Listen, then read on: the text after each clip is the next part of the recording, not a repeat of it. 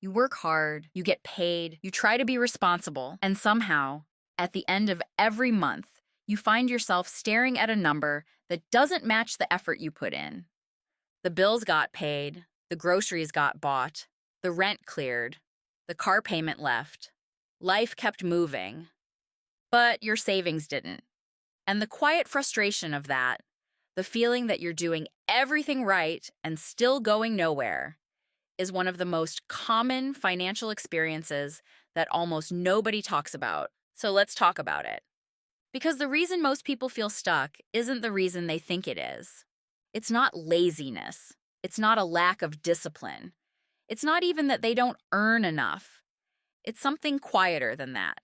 Something most people never name. And once you see it clearly, your entire relationship with money can begin to shift. Here's what's actually happening.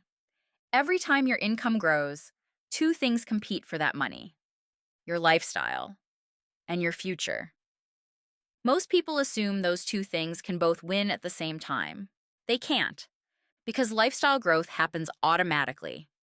You get a raise, life improves, and almost without noticing, you adjust. A slightly nicer apartment, a newer car, a few more subscriptions, more dinners out, a vacation that felt completely deserved. None of those things are wrong. None of them are reckless. But they all share one thing in common. They permanently raise the floor of what your life costs. And once a certain lifestyle feels normal, it stops feeling like a choice. Researchers call this hedonic adaptation.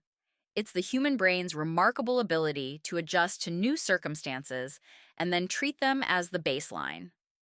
The nicer apartment feels exciting. For a while, then it just feels like home. The newer car feels amazing. For a while, then it's just how you get to work. The higher income feels life-changing. For a while, then it's just what you make. The emotional high fades. The monthly payment doesn't. And so the raise that was supposed to change everything quietly gets absorbed into a life that now costs more to maintain than it did before. This is what most people are actually experiencing when they feel financially stuck. They're not failing. They're not irresponsible. They're caught in a pattern that almost nobody warns them about. Because here's the thing nobody tells you. Lifestyle and wealth feel identical in the beginning. Both feel like improvement. Both feel like reward. Both feel like progress. But they behave completely differently over time. Lifestyle costs money to maintain every single month without exception.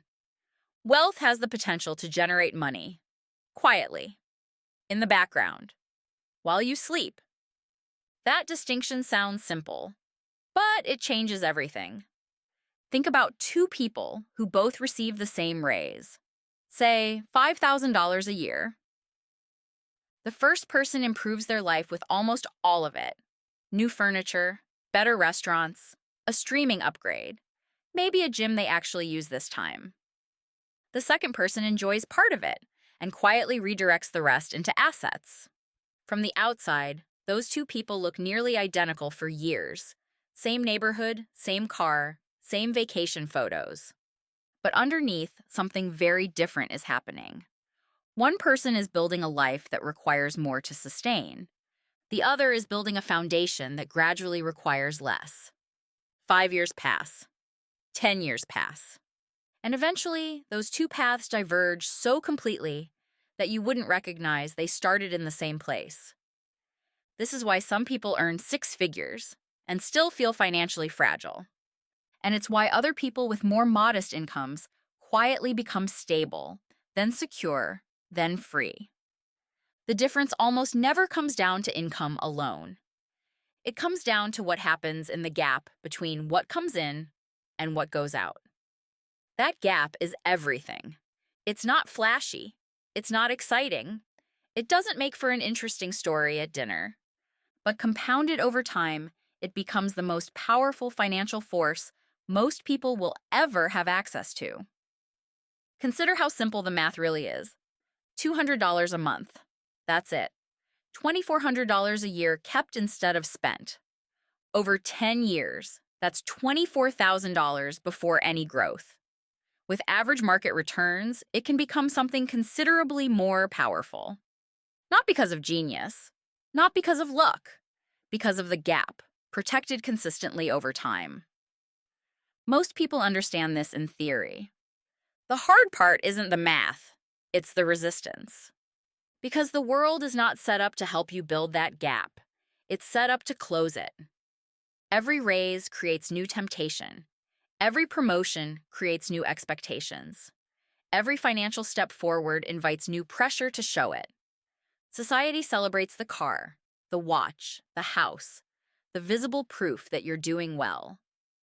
It almost never celebrates the emergency fund, the paid-off credit card, the index fund growing quietly in the background, the person who could handle an unexpected setback without panic. Those things are invisible, but they create something that a luxury purchase almost never can. Peace. Real, actual, financial peace. The kind where an unexpected bill doesn't send your heart racing. The kind where you don't feel trapped in a job because you need the paycheck to survive the month. The kind where your financial decisions come from values instead of fear. And here's the painful irony. Many people spend years trying to look financially successful, and in doing so, delay actually becoming financially stable. A bigger payment means less flexibility. A larger obligation means more pressure. A lifestyle built on maintaining appearances is surprisingly fragile. This doesn't mean you shouldn't enjoy your money. Enjoyment is part of the point. Money should improve your life. But there's a question worth sitting with. Is your money improving your life? Or is it improving how your life looks? Because those two things can feel identical in the moment and produce completely different results over time. Every dollar you earn has a job. Some dollars buy comfort, some buy convenience, some buy entertainment, some buy freedom. Freedom means options. The ability to handle an emergency without borrowing. The ability to leave a bad situation without panic. The ability to say no to things that don't serve you. The ability to make decisions from a place of calm rather than desperation. That kind of freedom is difficult to photograph. You can't post it. You can't show it off at a party. But it changes how you move through every single day. Wealth, real wealth, is not about having more things. It's about having more choices. And the people who build it quietly often look surprisingly ordinary along the way. Their cars are fine, not flashy. Their homes are comfortable, not oversized. Their habits are boring to describe. But year after year, those habits compound, and eventually, the results stop being invisible. So if you've been wondering why a bigger paycheck hasn't solved your financial stress, here is the most likely answer. Your lifestyle has been growing at the same speed as your income. And the moment you see that pattern clearly, you can begin to change it. Not by depriving yourself, not by building a rigid budget that makes you miserable, not overnight. Just by making one small shift in how you think about every raise, every bonus, every unexpected extra that comes your way. Let some of it build assets instead of obligations. Let some of it work in the background instead of disappearing into an upgraded baseline. Let some of it become future freedom instead of present appearances. Because the financially stable people you admire, the ones who seem calm about money in a way that feels almost impossible to understand, they didn't get there through a single brilliant decision. They got there by making ordinary decisions, repeatedly, in the same direction. Boring decisions, patient decisions, decisions that made no impression on anyone watching. Until suddenly they did. So if your progress feels invisible right now, if you're saving and trying and still wondering when it will feel like something, that doesn't mean it isn't happening.